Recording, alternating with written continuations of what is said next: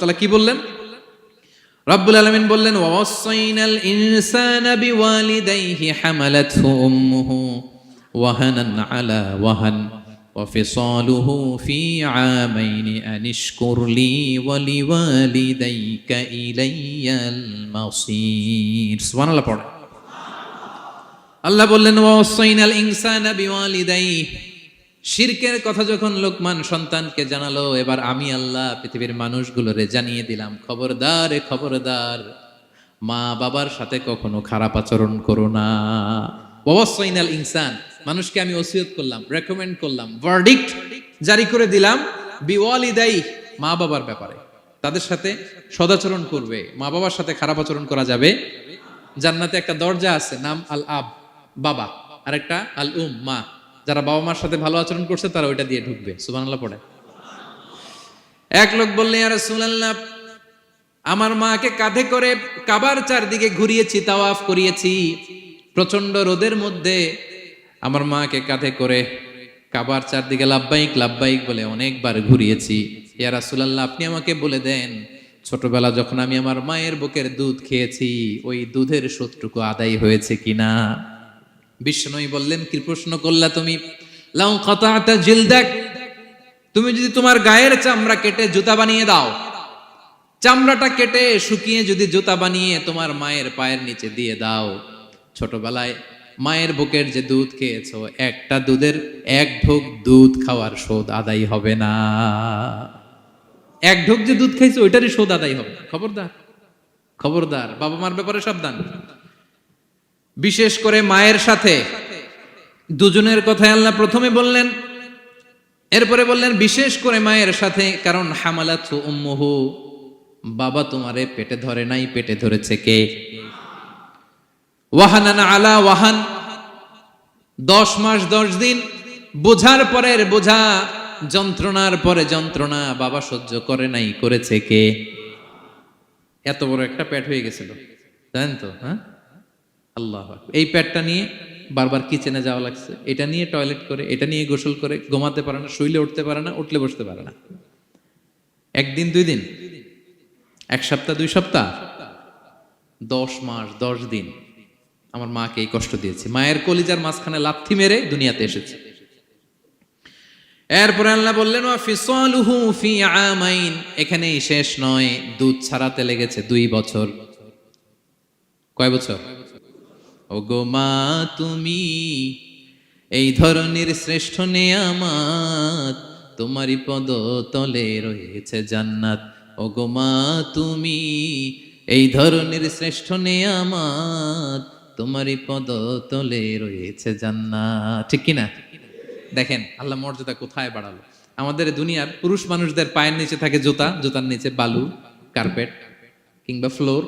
আর আল্লাহ বলে, দুনিয়ার এক একটা মায়ের পায়ের নিচে আমি জান্নাত দিয়ে রেখেছি। এই পৃথিবীটারে 100 বার বিক্রি করলে জান্নাতের একটা চেয়ারের দাম হবে? বুঝে শুনে উত্তর দিবেন। এই পৃথিবীটাকে, পৃথিবীর যে সম্পদ, এটা এস্টিমেশন করে, হ্যাঁ, 1000 বার বিক্রি করলে যে দামটা হবে, ওই দাম দিয়ে জান্নাতের একটা চেয়ারের দাম হবে? এই পৃথিবীর 10,000 কোটি বার বিক্রি করলে যেই অ্যাসেট হবে, যে অ্যামাউন্ট হবে, ভ্যালিউ হবে, ওই দাম দিয়ে জান্নাতের একটা টেবিলের দাম হবে? আর যেই জান্নাত, পুরো জান্নাতটা মায়ের পায়ের নিচে পড়ে আছে, ওই পা দুইটার দাম কত? সুবহানাল্লাহ পড়বেন না? মা বাবার দোয়া অনেক বড় দোয়া। কখনো যেন আমরা বেয়াদবি না করি, কখনো যেন তাদের মনে কষ্ট না দেই, সবসময় যেন তাদের কাছ থেকে দোয়া নেই। পারা যাবে? এটা আল্লাহ তাআলা ঢুকিয়ে দিলেন। তাহলে সাইয়েদনা লোকমান প্রথমে বলল, বাবা শিরক করো না। এরপরে রব্বুল আলামিন বললেন, শিরকের পরে তোমাদের সবচাইতে বড় দায়িত্ব, যে বাবা মা তোমাদের জন্য এত কষ্ট করেছে, তাদের সাথে খারাপ আচরণ করো না। 2টা হয়ে গেল। কয়টা? আওয়াজ করে বলেন, কয়টা? 3 নম্বরে সাইয়েদনা লোকমান আলাইহিস সালাম ছেলেকে বললেন, ইয়া বুনাইয়া ইন্নাহা ইন তাকু মিসকালা হাববাতিন মিন খারদালিন ফাতাকুম ফি সখরাতিন আও ফিস সামাওয়াতি আও ফিল আরদি ইয়াতি বিহা আল্লাহ ইন্নাল্লাহা লাতীফুন খাবীর। 3 নম্বরে সাইয়েদনা লোকমান বললেন, বাবা, সরিষার দানা পরিমাণ কোনো ভালো কাজ যদি তুমি করো কিংবা খারাপ কাজ যদি তুমি করো, সেটা যদি মাউন্ট এভারেস্টের উপরে উঠে করো কোনো খারাপ কাজ, আও ফিস সামাওয়াতি মহাশূন্যে যে যদি করো, আও ফিল আরদে জমিনের অতল গহ্বরে কোনো সুড়ঙ্গ বানিয়ে সেখানেও যে যদি কোনো পাপ করো, ইয়াতি বিহাল্লাহ, সেটাও আল্লাহ নিয়ে আসবে। কোনো পাপ বা কোনো ভালো কাজ আকাশে উঠে, পাহাড়ে উঠে কিংবা সুড়ঙ্গ করে জমিনের ভিতরে ঢুকেও যদি করো, কিয়ামতের দিন আমলনামায় সেটা দেখতে পাবে। সুবহানাল্লাহ পড়বেন না? কারণ ইন্নাল্লাহা লাতীফুন খাবীর, তিনি হলেন লাতীফ, সূক্ষ্মদর্শী। যত ছোট কাজই করো না কেন তার চোখে ফাঁকি দেয়া যায়। তার মানে 3 নাম্বার উপদেশে সাইয়েদনা লোকমান তার ছেলেকে আল্লাহর শক্তি, আল্লাহর ক্ষমতার ব্যাপারে একটা ধারণা দিচ্ছেন। নিজের ছেলেকে তার রবকে চিনাইতে হবে। আমাদের রবকে আমাদের চিনার দরকার আছে না নাই? ছেলেকে বুঝাবেন, বাবা, ওই যে তুমি মসজিদে আমার সাথে যে সেজদা দাও, কারে দাও জানো? তিনি কত বড়, তিনি কত বিশাল ক্ষমতার অধিকারী। তুমি সামান্য কোনো ভালো কাজ কিংবা খারাপ কাজ, এটা যদি মহাশূন্যে উঠেও করো, পাহাড়ের চূড়ায় গিয়েও যদি করো, জমিনকে ফেড়ে সুড়ঙ্গের ভেতরে ঢুকেও যদি করো, তার চোখকে কঠিনকালেও ফাঁকি দেয়া যাবে। তার মানে 3 নম্বরে আল্লাহর ধারণার ব্যাপারে, শক্তির ব্যাপারে, ক্ষমতার ব্যাপারে, আল্লাহ তাআলার অথরিটির ব্যাপারে, ক্যাপাসিটির ব্যাপারে একটা স্বচ্ছ ধারণা দিয়ে দিল। তুমি জানো নাকি কোন রবের ইবাদত তুমি করো? গোটা দুনিয়ার সবার চোখকে ফাঁকি দেয়া গেল, আল্লাহর চোখকে কঠিনকালেও ফাঁকি দেয়া যায় না। ঠিক কি না? এই পৃথিবীতে সবার চোখকে ফাঁকি দেয়া যায় কি যায় না? পুলিশের চোখ, সিকিউরিটির চোখ, বিমানবন্দরে কাস্টমস অফিসারের যে অফিসার থাকে তাদের চোখ, বিভিন্ন জায়গায় বড় বড় যে সিসি ক্যামেরা থাকে, এগুলো ফাঁকি দেয়া যায়। ফাঁকি দেয়া যায় না একজনের চোখ। আওয়াজ করে বলুন তো, তিনি কে? ফাঁকি দেওয়া যায়? আচ্ছা বলেন, এই ছোটবেলা থেকেই এই সেন্সেশন, এই অনুভূতি যদি, এই অনুভূতির সফটওয়্যার যদি আপনার ছেলের মাথায় ঢুকায় দেন, এই ছেলে কোনোদিন দুর্নীতি করবে? খাদ্যে ভেজাল দিবে? মাছে ফরমালিন দিবে? প্রতিবেশীকে কষ্ট দিবে? অনিয়ম করবে? অন্যের অধিকার হরণ করবে না। এজন্য ছোটবেলা থেকেই তার রবকে চিনায় দিতে হবে, রবকে চিনায় দিতে হবে। 3 নম্বরে ছেলেকে তিনি বললেন, বাবা, অতি ক্ষুদ্র ভালো কাজ কিংবা খারাপ কাজ যেখানেই করো না কেন, কিয়ামতের দিন সেটা তুমি দেখবা। তার মানে তখন থেকে সে বুঝবে, আমি যাই করি না কেন, ভালো করলে এটার একটা প্রতিদান, একটা রিওয়ার্ড আমি পাবো। ঠিক না? আর খারাপ যদি করি, এটার শাস্তি আমাকে ভোগ করতেই হবে। আল্লাহর সুপ্রিম কোর্টের কাঠগড়ায় আমাকে দাঁড়াতেই হবে। নিক্তি পাল্লা, মাওয়াজিন আল কিসত, ন্যায়ের মানদণ্ড আল্লাহ সেদিন স্থাপন করবেন। আমরা যেটা মিজানের পাল্লা বলি, এটা মূলত ন্যায়ের মানদণ্ড। সামান্য ক্ষুদ্রতে ক্ষুদ্র জিনিস দিলেও ওইখানে টের পাওয়া যায়। সুবহানাল্লাহ পড়েন। আচ্ছা, আমরা যে চাল কিনি, ডাল কিনি, ধরেন 10 কেজি চালের একটা বস্তা কিনছি, দেখবেন যে অনেক সময় মাপটা একুরেট হয় না। 10 কেজির চেয়ে হয়তো একটু বেশি অথবা হয়তো একটু কম, এরকম হয় না অনেক সময়? 5 কেজি কিনছেন এক দোকান থেকে, আরেক জায়গায় যে ভালোভাবে মাপ দিয়ে দেখবেন যে একটু বেশি হয়েছে অথবা একটু কম হয়েছে। ঠিক কিনা?